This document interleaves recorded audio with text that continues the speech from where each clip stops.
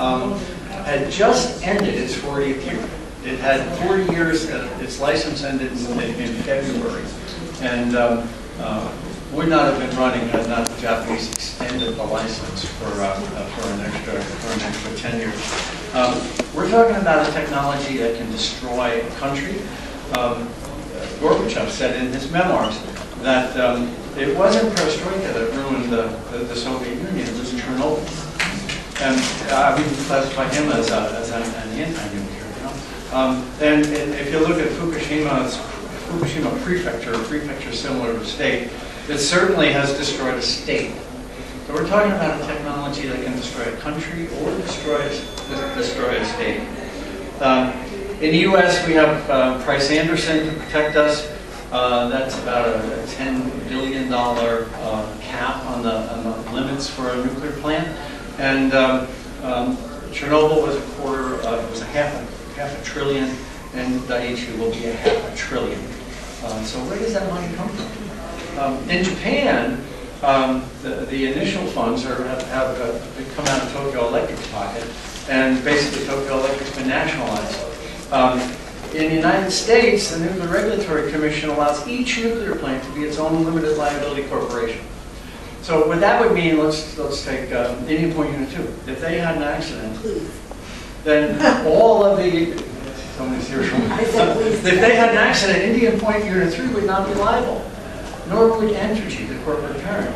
Because of the way we've structured our regulation here, each plant is a limited liability corporation. They just cut them loose and continue to make money from the rest of the plants in their fleet. We have something called SAMA, which stands for Severe Accident Mitigation Analysis. The NRC assumes the cost of an accident is around $1 billion, maybe $2 billion, when in fact we know that Chernobyl was a half a trillion and Fukushima's on its way to $500 billion.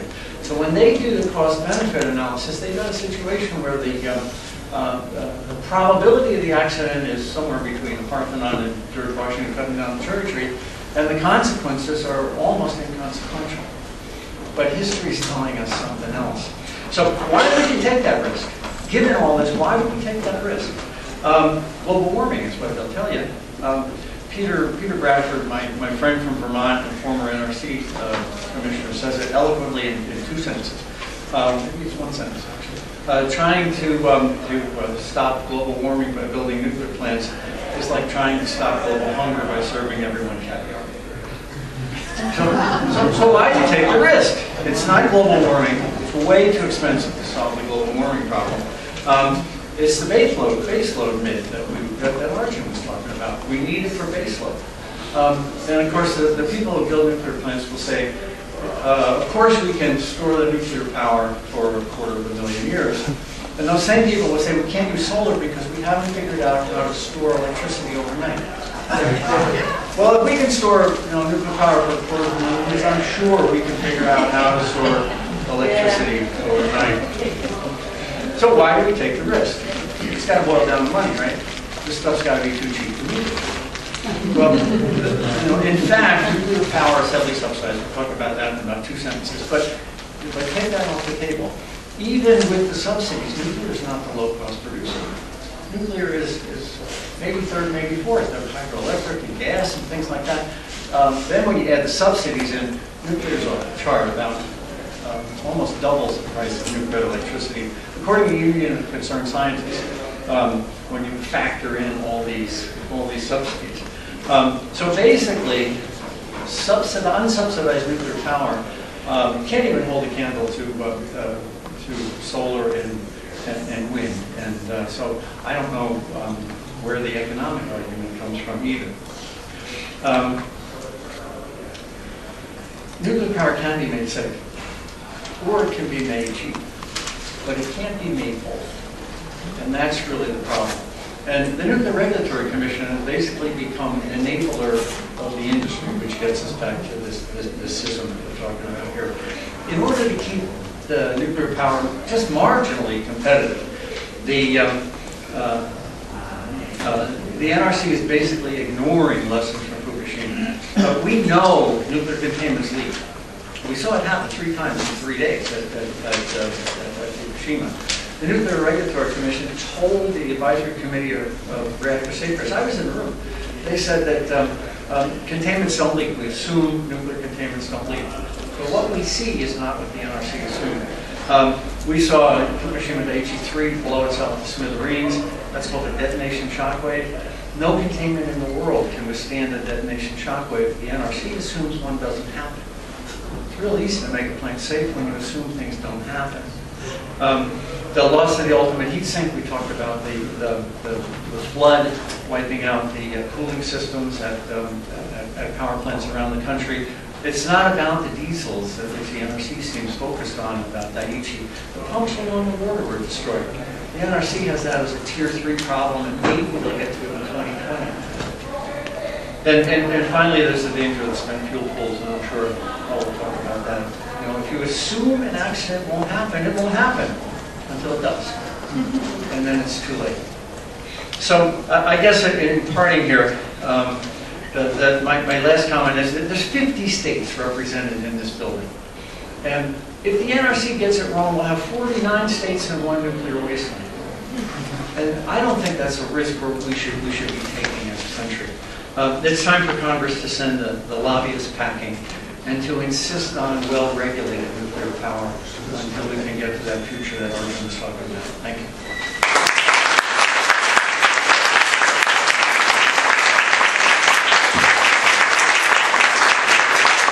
So,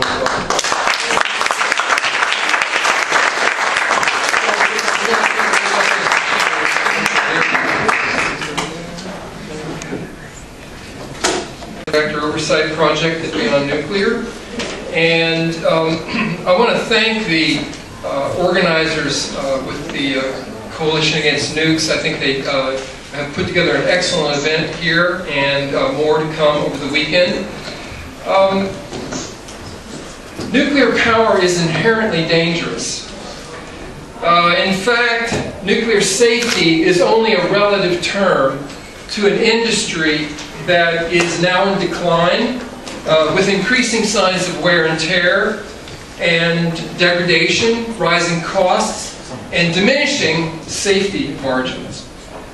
Nuclear power is an increasingly dangerous energy of the past.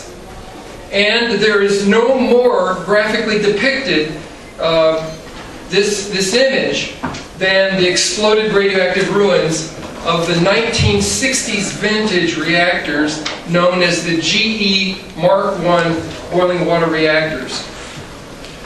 You see here a basic diagram.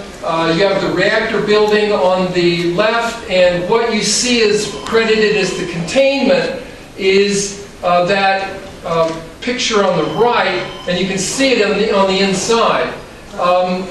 These were basically identified as a pressure suppression system. And in fact, by 1972, one of the chief safety officers with the Atomic Energy Commission, later to be the Nuclear Regulatory Commission, advised his colleagues that this was a design to fail. In fact, their concern was that it was identified that the GE Mark I containment is 1/6 the size of the standard pressurized water reactor, like the 3 Mile Island accident went through. 1/6 of the volume in that what they call the dry well, which is the inverted light bulb, and the hollow donut, which is called the torus or wet well, that contains about 1 million gallons of water. And the idea of the design was that it would take an accident, the heat, the temperature, and drive it into this tank of water and quench that steam. In fact, what we now know is that GE offered this design as a competitive edge so that they could, with less concrete and much quicker time frames, build these reactors to compete with Westinghouse combustion engineering and other manufacturers so that they could economically get an edge. And so what we see now is a list of the Mark I reactors around the country. There are 23 of these reactors. Many of these reactors are under challenge. I think that if you've been reading the news at all, Vermont Yankee is constantly in the news as a citizens' challenge is underway there to close that reactor. That same campaign needs to be ongoing around the country at these other Mark Is.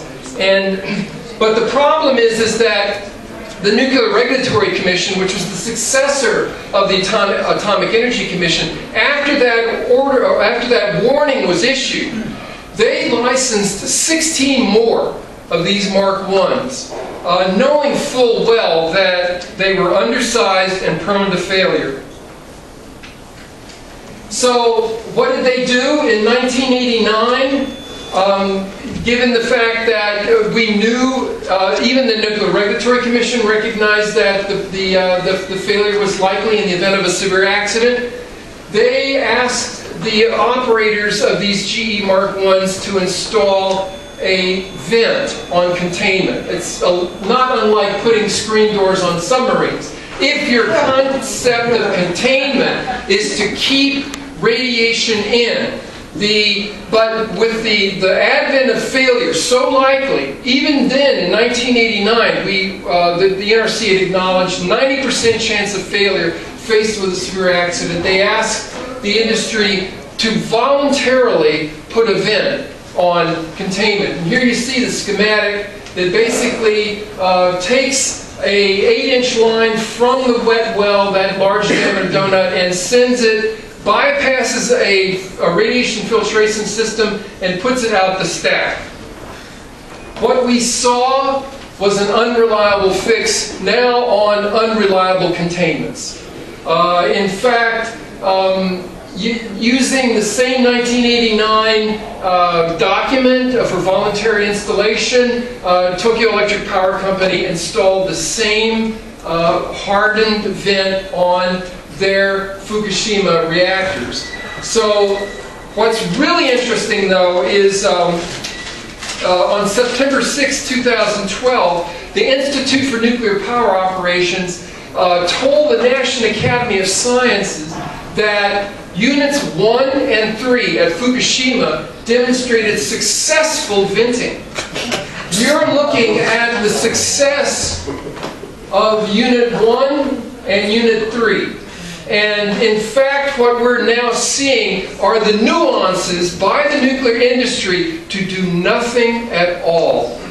To basically take the same installed design on the Mark Is and basically leave them in place. The fix is in for what's going to happen now with the operating reactors, these 23 operating Mark Is. Under a report by the U.S. Nuclear Regulatory Commission, which was basically on puppet strings from the nuclear industry, their recommendations for enhancing reactor safety in the 21st century is basically to leave the vent in place. They issued an order on March 9th that basically does little at all in its upgrade of the Mark I, because all the considerations that they're front-loading into this order only has to deal with an event before fuel damage. The major lesson of Fukushima, if anybody was paying attention, was that in the event of an accident, you are very likely to have a fuel damage event, and if you have that fuel damage event, you are certain to fail containment. And yet the order that is prepared for the nuclear industry in the wake of Fukushima, as its lesson learned, says, quote, there are no requirements for severe accidents, namely fuel damage, and that they have no analysis for hydrogen gas ignition, no radiation filtration on this system, no radiation monitoring in the vent line that they're proposing. However, the staff says that the vent does have to consider staying closed and remaining closed in severe accident conditions. We also now know, and the NRC admits, that these additional Mark II reactors are prone to that same inevitable failure if challenged by a severe accident. So what we're asking you to do is join with us in a Freeze Our Fukushima campaign. I've got some flyers here that basically has those lists of reactors. I ask you to pick these up on your way out and be in contact with us. Thank you. Unsuccessful.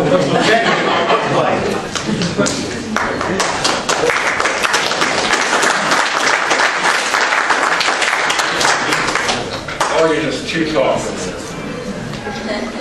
I'm Michael Marriott, Executive Director of Nuclear Information Resource Service. Happy to be here today. I want to thank the Coalition Against Nukes for putting this on. I hope I'll see a lot of you this evening at Bus Boys and Poets at their event. I hope I'll see all of you tomorrow at the NRC for the rally. I will be there. Hope all of you will too, and at all the other events they've got planned over the weekend. I'm going to talk about something a little bit different than everybody else so far. I'm going to talk about what happens at the front end of the nuclear fuel cycle, well before reactors and reactor accidents even happen, and I'm going to talk a bit about what happens at the back end. Now, nuclear reactors, of course, cannot operate without uranium fuel. In that respect, nuclear power is much more like fossil fuels, which are extracted, mined from the earth, rather than like renewable energy or clean energy, where the energy comes from natural and omnipresent phenomena like the sun and the wind. Mining uranium, processing it, milling it, enriching it, producing fuel pellets from gaseous enriched uranium, all those steps are carbon intensive, all of them are dirty in every step of the way. And moreover, uranium mining kills. The nuclear industry likes to say, well, nobody's ever died from from nuclear power in the United States. You don't have to go one step beyond the first step of the nuclear fuel chain to disprove that absurd hypothesis. Go to the Navajo Nation and ask how many people haven't died from uranium mining. Uranium mining kills, and so does nuclear power. I don't think most people realize, though, the extent of the contamination from uranium mining across our country. The Navajo Nation actually has banned uranium mining on their lands now because of the effects. But right now, in primarily the southwest U.S., a few other places, there are between 500 and 1,300 abandoned uranium mines. They're all radioactive. Just one example, mine near Cameron, Arizona, the EPA went there in November 2010, not that long ago. The radiation levels were higher than their measurements could measure. That's the legacy of uranium mining. Now I'm going to move now to the back end of the nuclear fuel chain. We're doing this quick because we don't have a lot of time. The radioactive fuel rods in the nuclear reactors are, of course, literally millions of times more radioactive than they were when they went into the reactor. Exposure to a nuclear fuel rod is lethal within seconds. And this radioactive waste needs to be isolated from the environment for, again, literally millions of years. And I think, as I look around this room, I think most of the people in this room understand that the only real solution to radioactive waste is to stop generating it. Unfortunately, now you're in this building, the people who are always in this building haven't quite got that yet. It's something that we're going to have to continue working on and continue doing these events and continue raising our voices. And I'll be talking about that at Bus Boys tonight.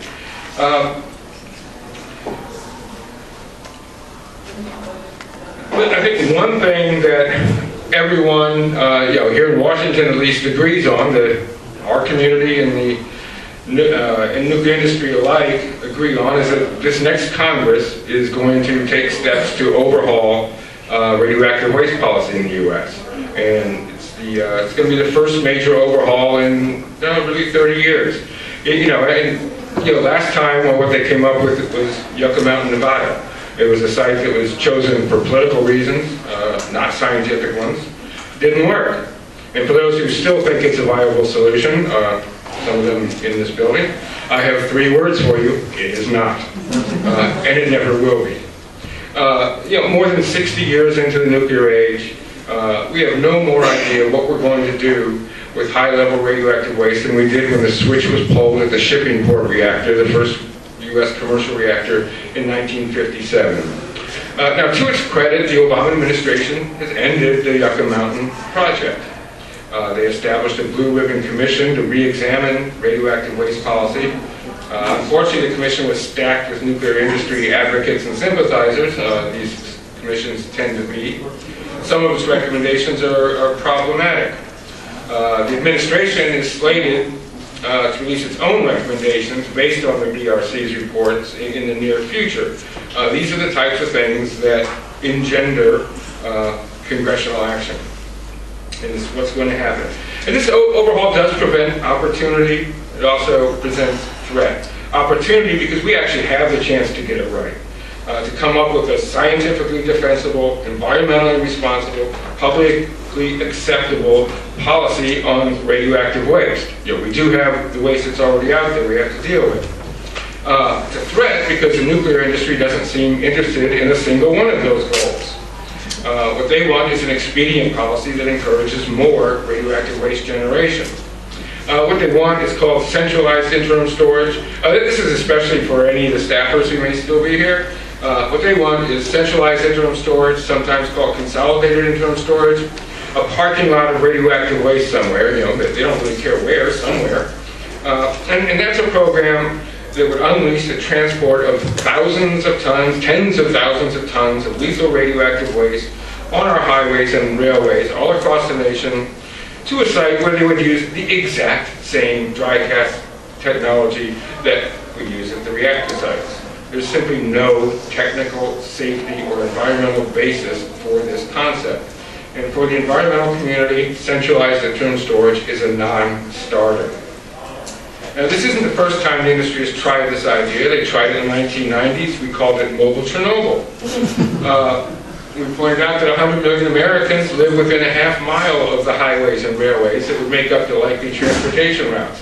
I got news for Congress. The roads and highways and railways, they haven't moved. They're still where they were. Those people still live there. Polls at the time showed that most of those people didn't much like the idea of getting x-rays on their way to work or sitting in their living rooms.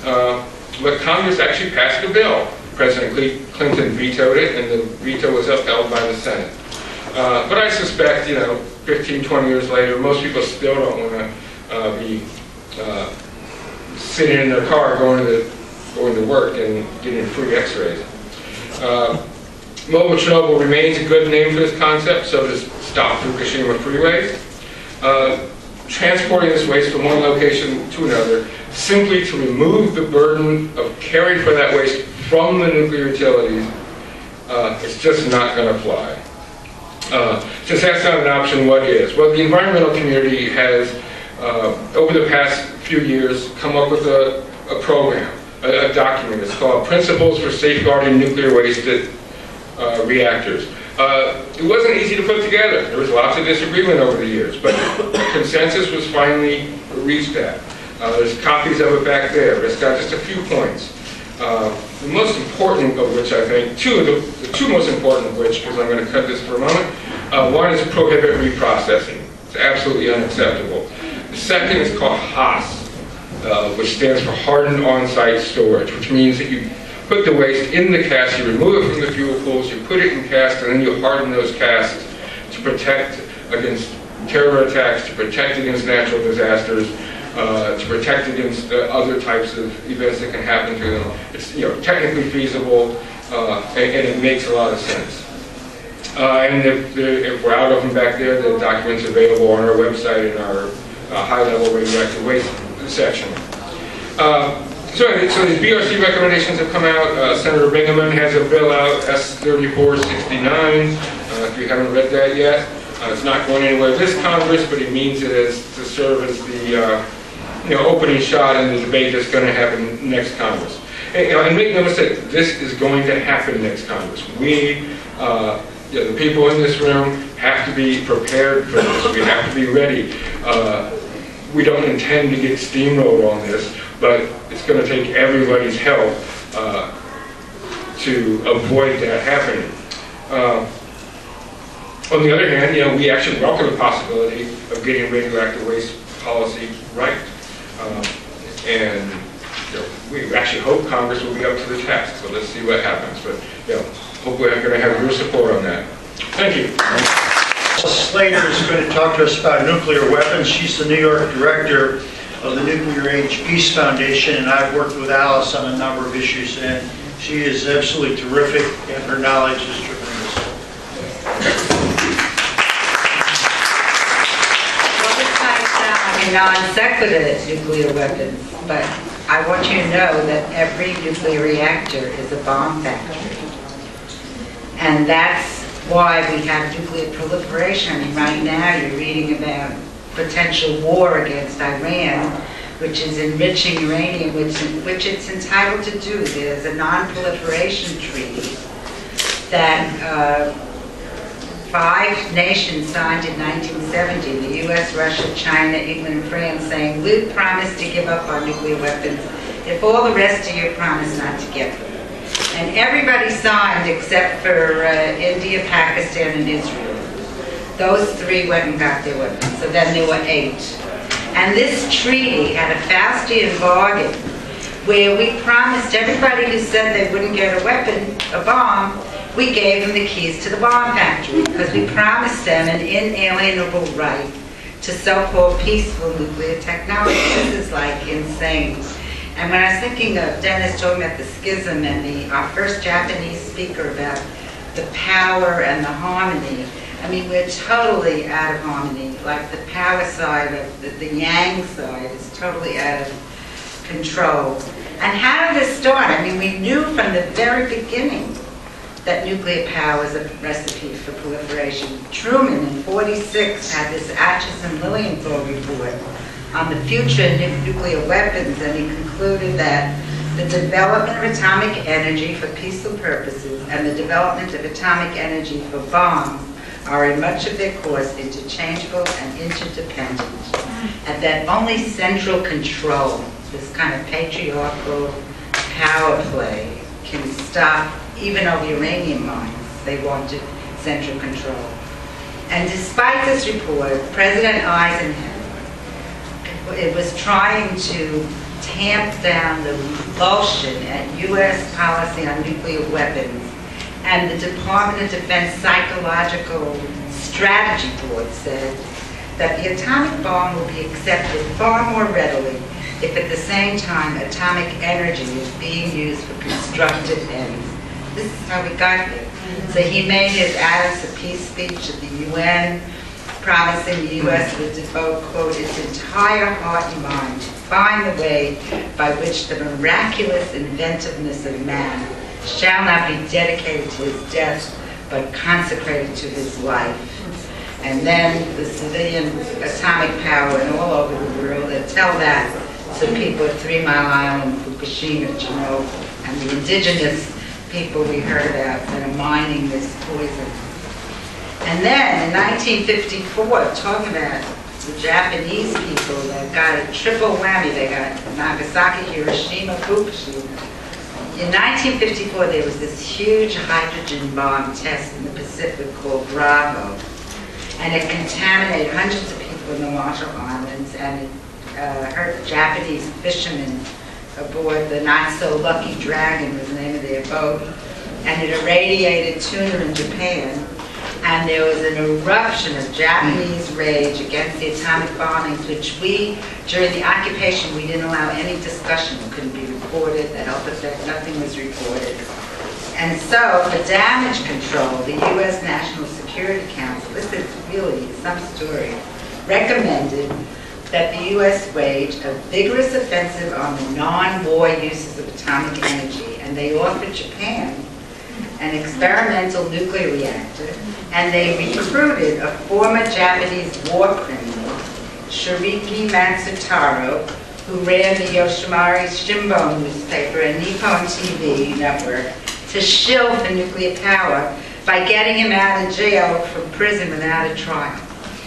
And that's how they sold it to Japan. I mean, you know, Japan, I've been an anti-bomb activist, although we've always said they're inextricably linked and you can't get rid of the bomb without getting rid of the reactor, and vice versa. Right.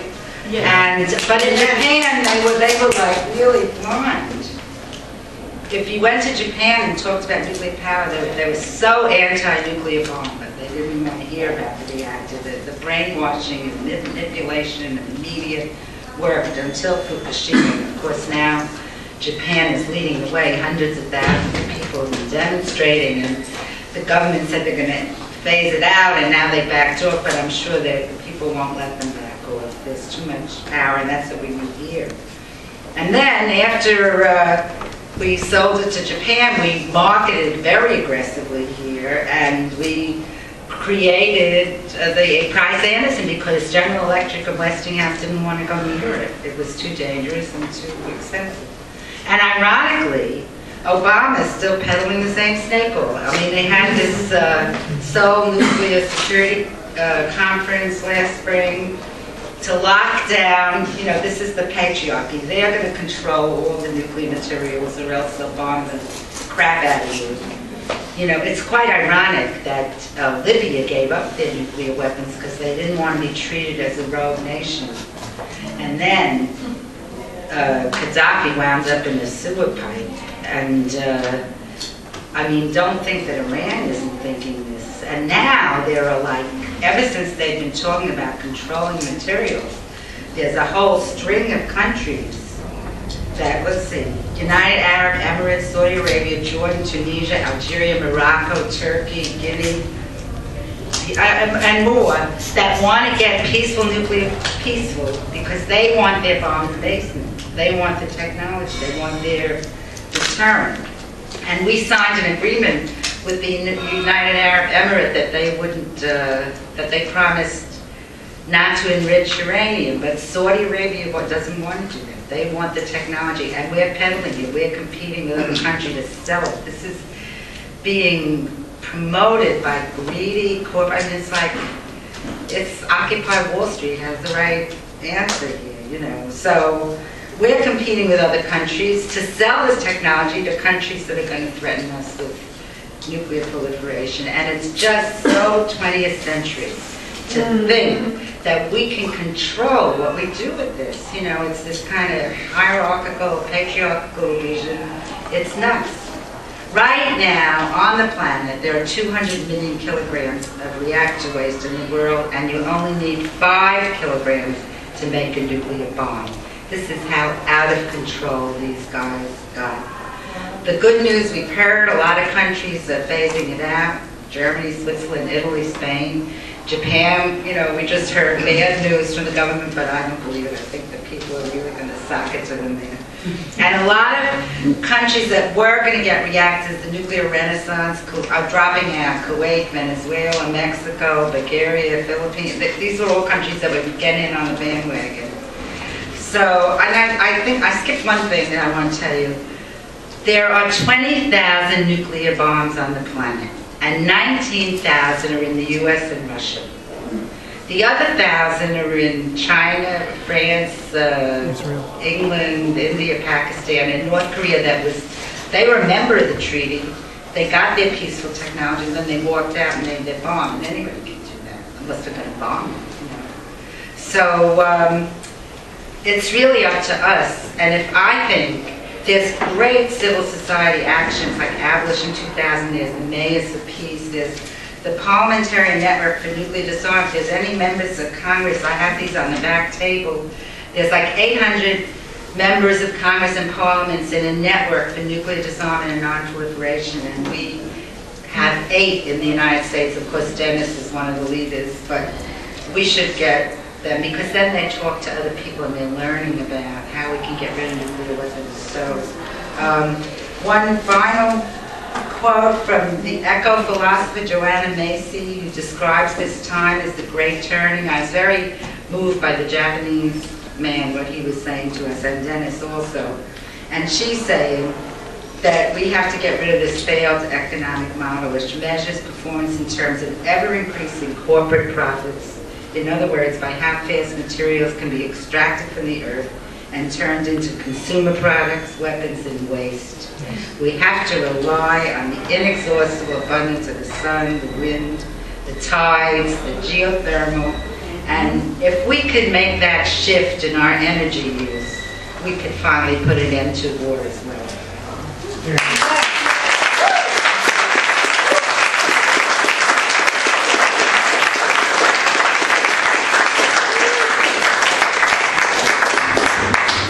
To wrap up the session, before we do some question and answer, is David Freeman, who was the chairman of the Tennessee Valley Authority under the Carter administration. Subsequent years, he's been general manager of the New York Power Authority, the Los Angeles Department of Water and Power, and is currently working with Friends of the Earth on our nuclear campaigns.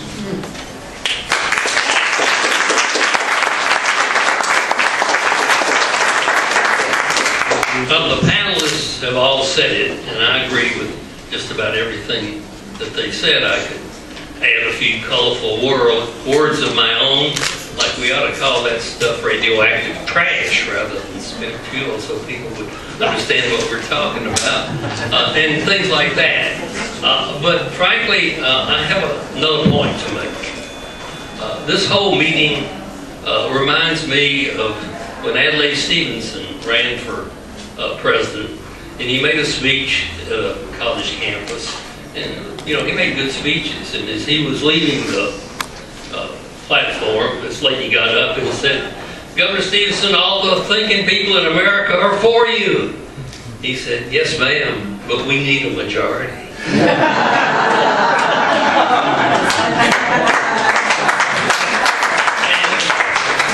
And, frankly, I've been to too many of these meetings where the best people on earth are talking to the best people on earth. And the best people on earth keep making the points dramatically, emphatically, effectively, but no one else is listening. Let's just face some ugly facts here. We have all the facts on our side, but we don't have the President of the United States on our side. The Democratic President of the United States is pro-nuclear. You talk about the environmental community, my good friend. The environmental community is not necessarily on our side. If we can't persuade the Sierra Club and people like that to make the nuclear issue just as important as the climate issue, then we got work to do. We got work to do in the family. And if we can't get the family to believe our point of view, then we're not going to get Johnny's sick bag. And it's a job. I mean, I've been with this a long time. We thought we won this issue 20 years ago. I mean, I voted personally to shut down 8 reactors in the Tennessee Valley.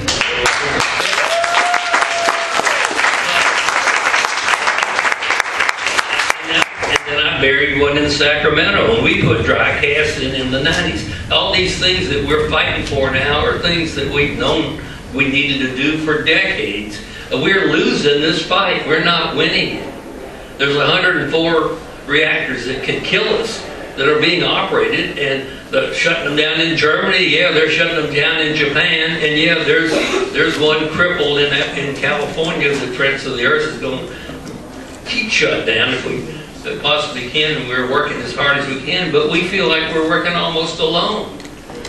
There is no environmental community that has made the nuclear power issue at least number 1A. It certainly is fundamentally a danger to mankind as climate change, and anybody that would substitute plutonium for carbon is an idiot.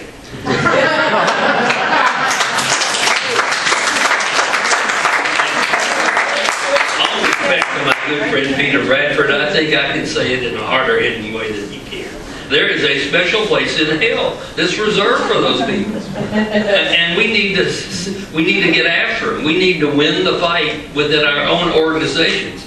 We've got to, until we get NRDC, Sierra Club, all those big blocks, environmental organizations, to sing our tune, we can't possibly. And then we ought to go to, I want to challenge everybody in this room. I challenge you that sometime in the next 6 months, that you hold a coffee in your house and invite 10 people that don't know anything about this subject and try to educate them. With all due respect, that's going to do more good than keep going to gatherings where I feel like I'm in a revival meeting. It's fun. It really is, and I'm enjoying it too. But I want to win this fight. And the issues that we can win on is the fact that this stuff is not too cheap to meter, it's too expensive to use. And it's not the 1970s. The revolution is happening, folks. Solar power, with all due, I wish Arjun was still here because he's out of touch. The price of solar power is not $5 in America today, it's $3 delivery. The revolution is underway in California, in Texas, the red state of Texas. One day in March, 20-some-odd% of all electricity was from wind power. 25. 25. 20-some. You know. Close as I ever come to being right, sweetheart. This is all happening. It's going to be 33% by 2020 in California. And the technology price has gone down. There has not been a nuclear plant that's ever been put on the table where the price didn't escalate above their estimate. Cost overruns and nuclear power go together. The issue that can win, that can actually get shut down, it doesn't appeal to you quite as much. It doesn't make you feel as self-righteous as talking about how dangerous they are. But the thing that will get to the general public is to tell them their electric rates will go up. Believe me, and they will. And that we now have rates that go down. When you pay for a solar plant, there are no fuel costs. The costs go down as you appreciate it. And we are moving, the revolution is underway, and we need to not only just be anti-nuclear, we've got to be actually more pro-renewable and efficiency and storage, and tell them there's a better product now. We built these plants back in the 70s when they were the alternative to coal, and some of the folks that built them back then were good intention. But when the industry itself says that they got new designs that are a whole lot safer than the existing plants, turn that sentence upside down and tell people how dangerous these existing plants are. And let's go out and try to get a majority. Thank you.